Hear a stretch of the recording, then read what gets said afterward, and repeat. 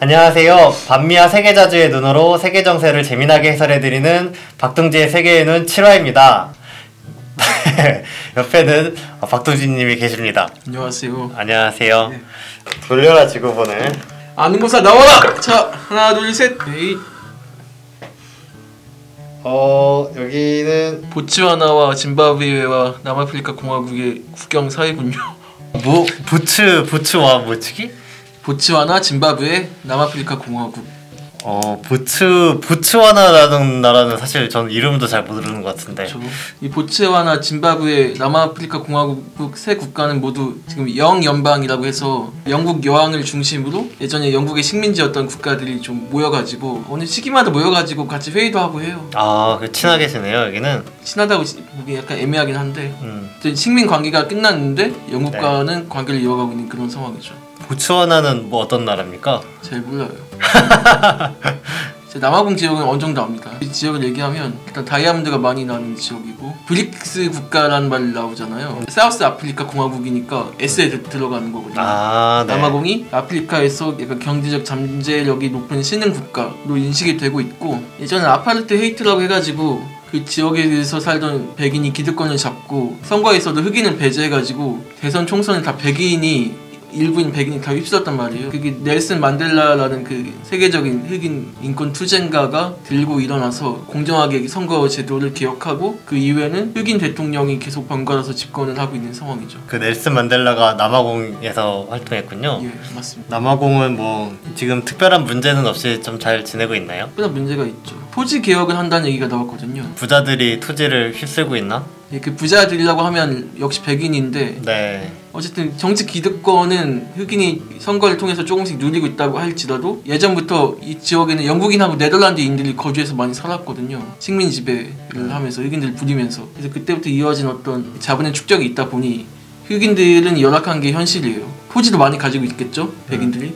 그래서 그걸 좀 공정하게 분배해가지고 사회주의처럼 약간 공정하게 땅을 나눠가지고 새롭게 시작하자는 그런 움직임이 나왔죠. 사실 뭐 식민지 시대를 끝나고 나면은 사실 토지 개혁은 식민지 지배하고 있던 사람들이 토지를 다 갖고 있으니 토지 개혁이 반드시 뒤따라야 되는 것 같긴 한데 좀 민주적으로 이런 잘 순탄하게 되려나? 그건 두고 봐야 할 것 같습니다. 왜냐하면 네. 흑인 대통령이 집권했다고 해도 이게 꼭 깨끗한 것도 아니거든요. 들려오는 얘기로는 뭐 잔뜩 뭐 착복해가지고 숨겨놓은 재산이 많다든지 해가지고 어떤 대체할 수 있는 어떤 진정한 민중 권력 그런 것도 아니기 때문에 지켜봐야 하지 않을까라는 생각이 드네요. 엄청 좋은 정권은 아닌가 보네요. 예. 이게 영연방 국가라고 했잖아요. 이게 세 국가가 다 영연방에 있어? 예. 남아공, 보츠와나, 짐바브웨가 다 영연방 국가에 속해요. 어떤 식민 지배를 당했던 국가들의 입장에서는 싫을 수 있죠, 그쵸? 식민 지배국이 주도하는 그런 영연방이라는 기구에 들어가는 게 싫을 수 있잖아요. 근데 왜 거기에 들어가서 왜 활동을 하느냐? 어쨌든 영국이라고 하는 끈, 네. 영국의 식민 지배 산물이기도 하지만 영어를 공용어로 사용한다는 어떤 공통성으로 일단 하나로 있기보다는 좀 가끔씩 뭉쳐가지고 협력도 동마고 하는 게 좀 낫지 않겠냐. 서로의 약간 이해 타산적인 어떤 인식이 있는 거고요. 좀 뭔가 조금 청산은 안 된 느낌이죠. 식민 잔재를 좀 청산을 해야 되는데 그냥 적당히 타협하면서 자기 이제 기득권을 계속 유지하는 느낌이 뭔가 드는데. 예, 그런 식으로 활용이 되고 뭐 짐바브웨도 비슷한가요? 예, 어쨌든 세 국가가 다 짐바브웨, 보츠와나 다 비슷하니까 이들 나라에서 뭐 아까 토지 개혁도 얘기했었지만은 뭐 그런 민주적인 개혁도 좀 진행이 되고 하려면 기득권을 물리치고 자주적인 정권을 세우는 게 필요하겠네요. 뭐 우리가 개혁 얘기하는데 뭐 개혁은 약간 좀 약한 표현이잖아요. 네. 혁명이 돼야죠. 사실 그 영연방이라고 하는 기존의 틀 자체가 해체되려면. 네, 다음으로는 박동진님이 설명해 주시는 시간인데 이번 주제는 무언가요? 이번 주제는 전 세계 미군의 움직임을 알려주마. 입니다. 예. 이거 지금 못 따라한 거예요? 장기야 따라한 거예요? 알겠습니다.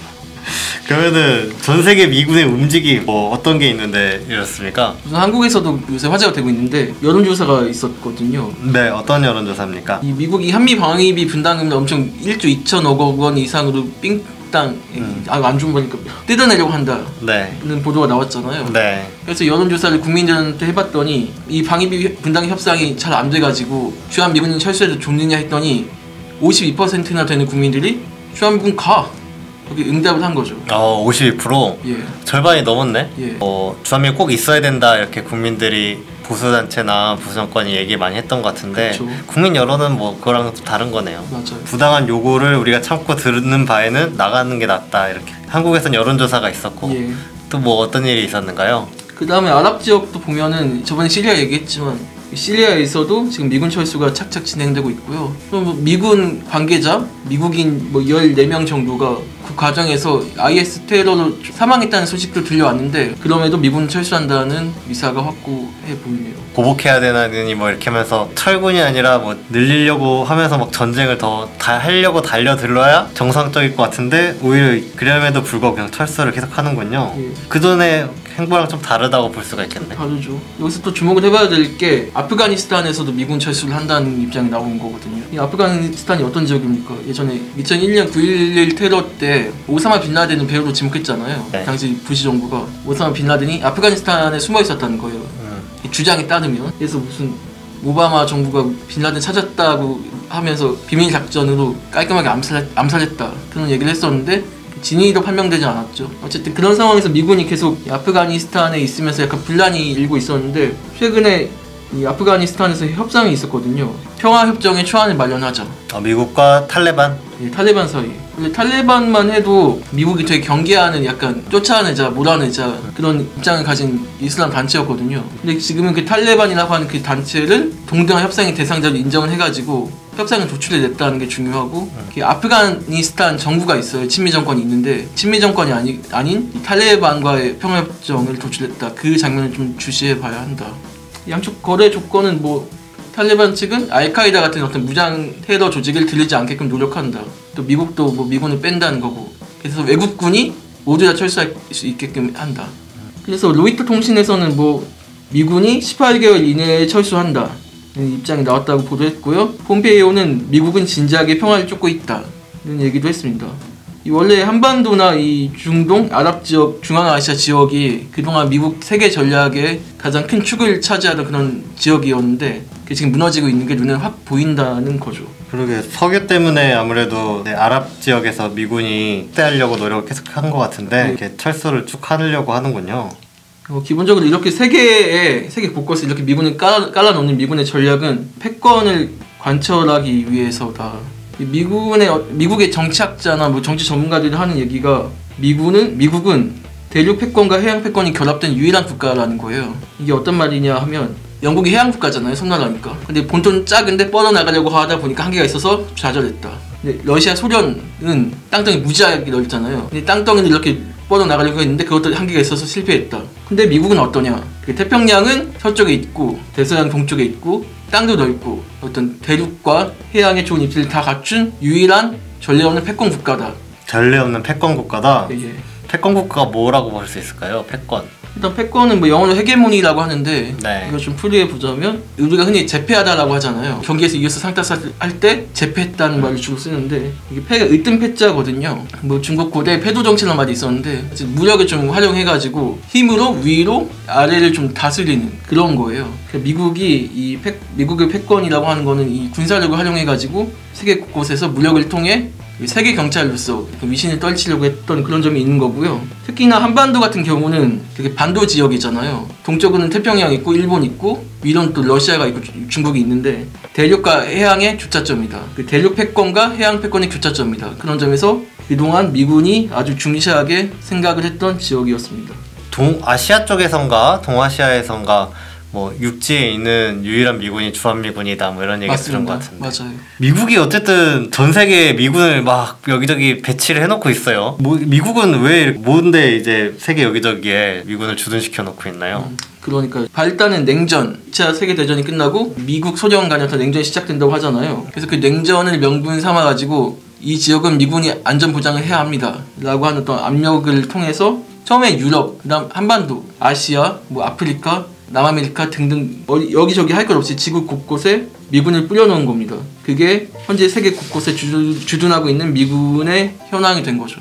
근데 뭐 지금은 사실 냉전도 끝났는데 아직까지 계속 아직 뭐 평화 협상이 체결돼야지 그 진정 냉전 해체니까 뭐 그 전까지 발악하고 싶다고 전 생각은 합니다. 그러면은 미군이 얼마나 있나 세계에? 일단 미군 자체는 150개국 이상 국가에 주둔하고 있었다고 알려져 있어요. 나라가 몇 개 있지 전 세계? 200개 국가 좀 넘죠. 그럼 150개? 예. 엄청나게 많이 있네. 무지막지한 거죠. 거의 다 갔네. 예, 거의 다 간 거고 제가 지금 알려드릴 내용은 위키백과에서 확인한 내용인데요. 이 중에서도 상시 주둔국이 있어요. 늘 주둔하고 있는 국가가 있는데 이게 60개국입니다. 60개국. 예. 60개국에는 군인이 계속 있고 그럼 나머지는 계속 있진 않고? 예, 계속 있지 않고 잠깐씩 있다가 빠져나가는 그런 경우도 있는 것 같아요. 네, 뭐 언제든 뭐 들락날락 할 수 있는 상태인가 보네. 미군이 주둔하는 주요 국가는 한국, 일본, 독일이고요. 그 밖에 영국에도 9,000명이 넘는 미군이 주둔하고 있고 아시아에서는 또 필리핀에 145명이 주둔하고 있다고 합니다. 그러면 병력으로 보면은 뭐 독일, 일본, 한국 이쯤이 제일 많이 있는 것 같으네요. 맞아요. 한국에는 대략 26,000명, 일본에는 54,000여 명, 독일에는 35,000여 명. 이게 일단 위키백과에 수록된 어떤 수치고 추정이에요. 추정치고 그 밖에 특수부대나 기지 직원 같은 인원들 다 포함하면 더 많아질 거다. 이런 이야기가 나오고 있고요. 그 밖에 미군 기지가 없는 국가도 있거든요. 미군은 있는데? 스웨덴이나 아일랜드 같은 국가가 있는데 네. 아일랜드에는 꿀랑 2명이 주둔하고 있거든요. 이거는 아일랜드의 어떤 소속 아일랜드가 관할하고 있는 기지에 미군 2명이 파견 가서 업무 협력을 보는 그런 식이에요. 그럼 이 2명이서 뭐 하나 아일랜드 가서? 저는 알고 싶은데 어쨌든 뭔가 연계를 갖고 염탐하긴 이런 얘기 하면 안 돼. 근데 뭐 염탐할 수도 있지. 미군이 뭐 아일랜드 병사로 간 것도 아니고 미군이 가서 기지 내에서 뭔가 활동을 하고 있으면은 그 정보라든가 이런 것들을 미국이랑 공유를 하고 있다고 봐야 되는 거죠. 맞아. 명분은 업무 협력인데 뭘 할지는 알 수 없는 거죠. 뭐 아일랜드를 뭐 위해서라기보다 미국의 이익을 위해서 활동하고 있을 것이 분명해 보인다는 그렇죠. 생각이 들고 예. 뭐 미군 기지 없이 미군이 있는 국가도 있다고 그랬는데 예. 미군 기지는 그러면은 좀 얼마 정도 있는가요? 미군 기지 현황은 미 국방부가 공표한 자료가 있거든요. 네. 이게 2016년 9월 말 시점에 조사된 거고 41개국에 있고 미군 기지하고 시설 수를 더하면 570개가 있고 근데 이게 줄어들고 있다고 해요. 줄어들고 있다? 2015년 대비해서 70개가 줄어들었다. 2007년 기준으로 보면은 네. 전 세계 미군 기지나 시설 수가 823개였어요. 수치로 보면은 전 세계 미군 기지가 10년 사이에 37%나 감소한 겁니다. 300개가 줄었네? 예. 엄청 많이 줄었네? 예, 많이 줄었죠. 좋네요, 미군 기지 줄어서. 예. 한국에는 미군 기지 시설 이런 거는 얼마나 있나요? 이게 2017년에 발표된 2016년에 조사된 거예요. 미군 기지하고 시설 수를 합치면 78개라고 기록이 돼 있네요. 한국에 엄청 많네. 인구 대비해 보면 좀 많죠. 아니 전 세계에 517개가 있는데 한국에 78개가 있으면 10분의 1이 넘게 있네. 진짜네? 주둔 국가는 60개국, 미군 기지가 있는 건 40개국. 예. 인데 한국에만 이제 시설이 10%가 넘게 한 7분의 1쯤 있는 것 같은 생각이 드는데 이게 또 뭐 사실 미군 기지야 뭐 통계 내기가 간단하니까 틀리진 않을 것 같은데 미군 숫자 같은 경우에도 정확하게는 적어도 한국은 제가 알기로 미군이 그냥 이만큼 있어 라고 하면은 그만큼 있구나 뭐 이렇게 알고 있는 구조기 때문에 예. 트럼프가 저번에 미군 숫자가 한국이 알고 있는 미군 숫자랑 다르게 말해가지고 예. 어느 게 맞냐 뭐 이런 그쵸. 논란이 있었던. 맞아요. 트럼프가 뭐래 몇 명이라 했지? 32,000명이라고 얘기했었던 것 같은데. 어쨌든 좀 더 많게 얘기했던 것 같아요. 예, 좀 더 많게 얘기했어요. 그래서 어느 쪽이 맞느냐 얘기도 나왔죠. 전 세계에 이렇게 미군도 많고 미군 기지도 있고 예. 미군 기지 주변에는 또 문제도 많이 생기잖아요. 기지 때문에도 많이 그렇고. 생기죠. 한국에서는 잘 알려져 있지만 효순이 미선이 사건도 있었고 이밖에 잘 알려지지 않은 어떤 성폭행이라든가 어떤 차 사고라든가 평택 험프리스 미군 기지 얘기를 좀 해볼게요. 용산 미군 기지가 크게 터가 자리 잡고 있잖아요. 서울 노른자 땅 한복판에 자리 잡고 있는데 2018년 연말에 용산에서 평택 험프리스 미군 기지로 미군 기지의 주력 부대가 옮겨갔습니다. 이게 단일 미군 기지로서는 세계 최대고요. 거의 미국 소도시다라고 볼 수 있고요. 43,000명이 넘게 거주를 한다고 합니다.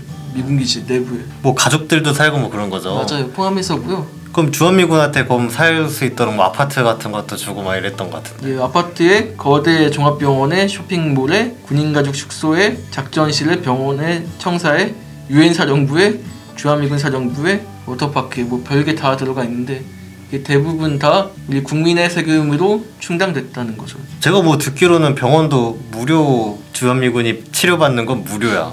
무상으로. 그럼 미국의 영리 체계를 부정한다는 얘기인 거예요. 그러니까 미국 국내에서도 무상 의료를 하지 않는데 이 돈 다 우리 돈으로 할 텐데. 진짜. 지금도 그러는데 뭐 아까 언급하셨지만은 방위비분담 그래도 더 올려달라고 하는 거 아닙니까? 예. 건물을 짓는데 108억 달러?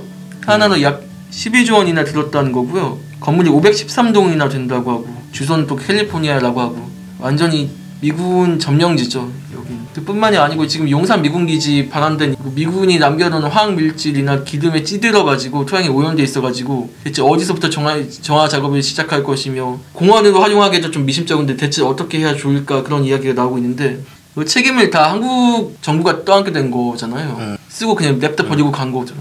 간 거죠. 발암물질도 막 나오고 예, 뭐 벤젠 뭐 기타 등등.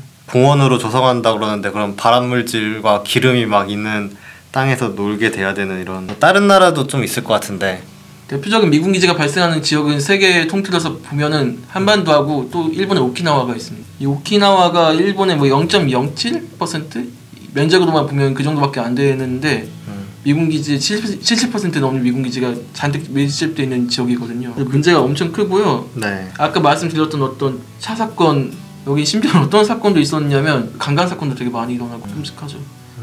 그래서 강간해가지고 살해한 것 때문에 오키나와 전 지역에서 들끓는 시위가 또 있기도 했고 더 심각한 거는 초등학교 운동장 한복판에 군용기가 추락을 계속하고 있어요. 군용기가 추락을 한다고? 학교 운동장에? 그러니까 어이없지 않아 진짜? 예. 야 그럼 이거 오키나와 사람들은 초등학교 보내는데 핵이 떨어져가지고 뭐 사고가 날 수도 있고 그러니까 엄청 무섭죠. 이게 오스프리라고 해가지고 네. 애초에 설계부터가 좀 잘못되지 않았냐는 지적이 계속 있었던 군용기거든요. 예. 헬기하고 어떤 비행기의 중간 형태예요. 수송기 같은 건데 네. 논란이 계속 있는데도 쓰고 있는 거거든요. 문제 없다고. 근데 그 후에도 또 추락 사건이 일어나서 초등학교에 떨어지고 했던 건데 이게 주로 지금 주일 미군의 핵심 지역인 오키나와 남부 쪽에 있는 흑대만 미군 기지에 몰려 있습니다. 이게 어떻게 되어 있냐면 동네 한복판에 미군 기지가 있어요. 아 동네 한복판에? 네, 동네 한복판에. 네. 초등학교는 여기 옆에 있고 핵심 노른자 땅을 다 미군이 장악을 하는 셈인데 이 바닷가에서 날아가 봐요. 이거 날아오던 수송기가 작동 잘 안 돼. 하다가 운동장이 추락하고 일상 다반사하니까 주민들이 엄청 두려워하고 무서워하는 거죠. 아니 뭐 헬기가 추락하면은 조종사야 뭐 낙하산 타고 내려오면 사는 건데 주민들은 뭐 있다가 갑자기 헬기 떨어지고 막 이러겠네.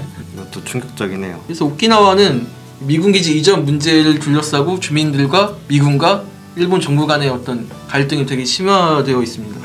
한국보다도 훨씬 더 지금 상황. 네, 일본 내에서 좀 어떤 얘기가 오가나요? 일단 오키나와 주민들은 반대 여론이 높고요. 현 바깥으로 괌 같은 데서 좀 내보내라. 이 무서워서 더 이상 미군 못 받아. 라고 그런 여론이 있는 거고. 근데 오키나와가 굉장히 미국의 입장에서는 중요한 지역이거든요. 중국 대만하고도 가까워가지고 지정학적 요충지라고 해가지고 한반도하고도 가깝고 해가지고 연결하는 그런 중간 전략 거점인데 그런 지역이다 보니까 발을 안 빼려고 하는 건데. 네, 일본도 개판이네요. 일본도 아니 아베도 물론 한일 관계에서 물론 안 좋지만 적어도 이제 자기 나라 그 총리면은 자국민을 이제 보호할 생각을 좀 해야 되는데 그렇죠. 일본이랑 한국이 이제 많은 숫자가 있죠. 아까 말씀해주신 게 일본은 5만 명 넘게 있는 것 같고 한국도 뭐 전 세계적으로 보면 많은 국가가 있는 것 같은데 일본은 사실 뭐 전범 국가고 그런 생각이 드는데 한국도 되게 미군이 많이 주둔해 있어요. 그렇죠. 이건 왜 그럴까요? 기본은 한국이 동북아 요충지다라는 점이 있고 중국이나 러시아를 견제할 수 있는 딱 중간 지점이다. 어쨌든 미군의 어떤 군사력이 전 세계적으로 뻗어나가고 있잖아요. 어떤 기동력을 가동시키기에 좋은 미국의 입장에서는 거점인 거고요. 근데 이게 어쨌든 냉전을 핑계대고 한반도에 주둔을 시켰던 건데 냉전 이후에는 훨씬 더 당당해졌죠. 지금 사회주의는 이제 패배했다는 거예요. 북한도 있는데 자유주의가 이제 완전히 승리했다.